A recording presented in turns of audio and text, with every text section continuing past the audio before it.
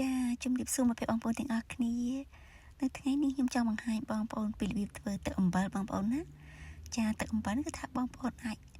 យកទៅញ៉ាំជាមួយនឹងនំគ្រក់បាញ់ឆែវបាញ់សុងឬក៏ញ៉ាំជាមួយណែមឆៅអីក៏បានដែរបងប្អូនណាចាគ្រឿងផ្សំរបស់នេះខ្ញុំមានដូចជាស្ករត្នោតចំនួន1ដុំចា1ដុំនោះគឺថាមានចំនួន1ផោនបងប្អូនណាចាបងប្អូនយកមកអីក៏បានដែរចាតមកទៀតថានេះខ្ញុំបានយកស្ករត្នោតដាក់ក្នុងឆ្នាំងមួយអញ្ចឹងណាបងប្អូនណាហើយនេះខ្ញុំក៏បានចាក់ទឹកចំនួន8ខាប់ចាបន្តមកទៀតនេះខ្ញុំបានដាក់អំបិលចំនួន1/4ខាប់ហើយនេះខ្ញុំបានយកទៅដាក់ដាំឲ្យពុះគឺថាយើងដាំចឹងណាឲ្យស្ករនិងអំបិលយើងបានរលាយសិនណាបងប្អូនណាពេលណាស្ករអំបិលរលាយអស់ហើយគឺថាបងប្អូនអាចបិទភ្លើងបានហើយបងប្អូនទឹកនេះបងប្អូនទុកឲ្យត្រជាក់សិនណាបងប្អូនណាចាបន្តមកទៀតនេះខ្ញុំបានចិញ្ច្រាំខ្ទឹមសចំនួន1មើមចាដាក់ចូលនៅក្នុងទឹកហ្នឹងទៅចាហើយនេះខ្ញុំក៏បានច្របាច់ទឹកក្រូចឆ្មាចាទឹកក្រូចឆ្មាគឺថាមានចំនួន3/4ខាប់បងប្អូនណាចានេះខ្ញុំបានយកទឹកក្រូចឆ្មាមកចាក់នៅក្នុងទឹកហ្នឹងហើយទៅក៏បានកូរឲ្យសព្វចាពេលណាបងប្អូនកូរសព្វហើយបងប្អូនអាចយកមកញ៉ាំបានហើយបងប្អូនណាចាបងប្អូននៅថ្ងៃនេះខ្ញុំនឹងយកទឹកអំបិលនេះមកញ៉ាំជាមួយនំគ្រក់បងប្អូនណាចាដូច្នេះនេះខ្ញុំនឹងបង្ហាញបងប្អូនពីរបៀបធ្វើនំគ្រក់ផងដែរណាចាមុនដំបូងគឺថានាងខ្ញុំនឹងត្រូវធ្វើខ្ទិះសិនចានាងខ្ញុំបានយកខ្ទិះដូងចំនួនកន្លះខាប់ចាដាក់នៅក្នុងឆ្នាំងមួយចឹងទៅហើយទៅបងប្អូនដាក់អំបិលចំនួន1/4ស្លាបព្រាកាហ្វេបងប្អូនណាហើយបងប្អូនដាំឲ្យពុះហើយកូរឲ្យចូលគ្នាសិនបងប្អូនចាតទៅទៀតបងប្អូនយកខ្ទិះនេះយកទៅទុកឲ្យត្រជាក់សិនណាឥឡូវនេះនាងខ្ញុំនឹងលាយម្សៅបងប្អូនណាចានាងខ្ញុំយកបាយចំនួន1ខាប់នាងខ្ញុំបានដាក់ទឹកយើងញ៉ាំចំនួន2ខាប់ហើយនាងខ្ញុំដាក់អំបិលចំនួនកន្លះស្លាបព្រាកាហ្វេម៉ាស៊ូមស៊ីសនីងចំនួន1ស្លាបព្រាបាយខ្ទិះដូងចំនួន1/4ខាប់បងប្អូនណា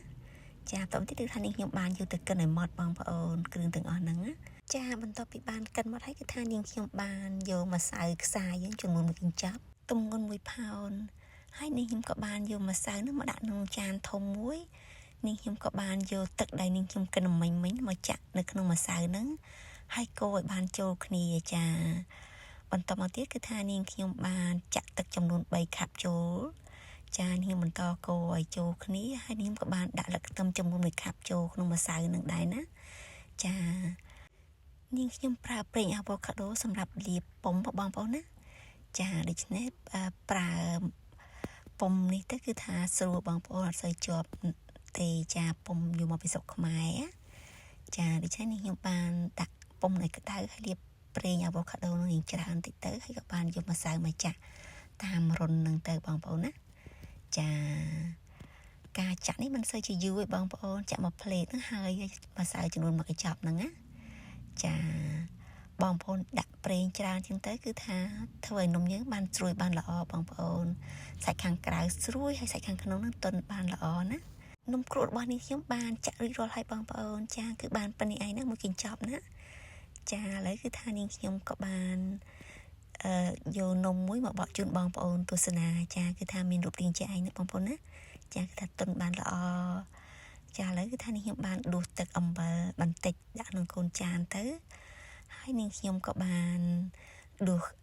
ខ្ទិះដូងដែលថានាងខ្ញុំបានកូរពីមុនដួសបន្តិចដាក់ចូលក្នុងកូនចានហើយបងប្អូន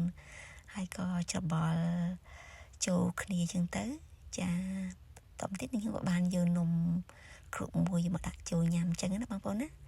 ចាឥឡូវសូមជ័យបងប្អូនមកញ៉ាំជាមួយនាងខ្ញុំបងប្អូនចាគឺថាញ៉ាំទៅជាមួយនឹងទឹកអំបិលជាមួយខ្ទិះដូងគឺថាមានរសជាតិឆ្ងាញ់ល្អបងប្អូនណាចាអរគុណច្រើនបងប្អូនដែលបានតាមដានទស្សនាវីដេអូរបស់នេះខ្ញុំតាំងពីដើមដល់ចប់ចាជម្រាបលាបាយបាយ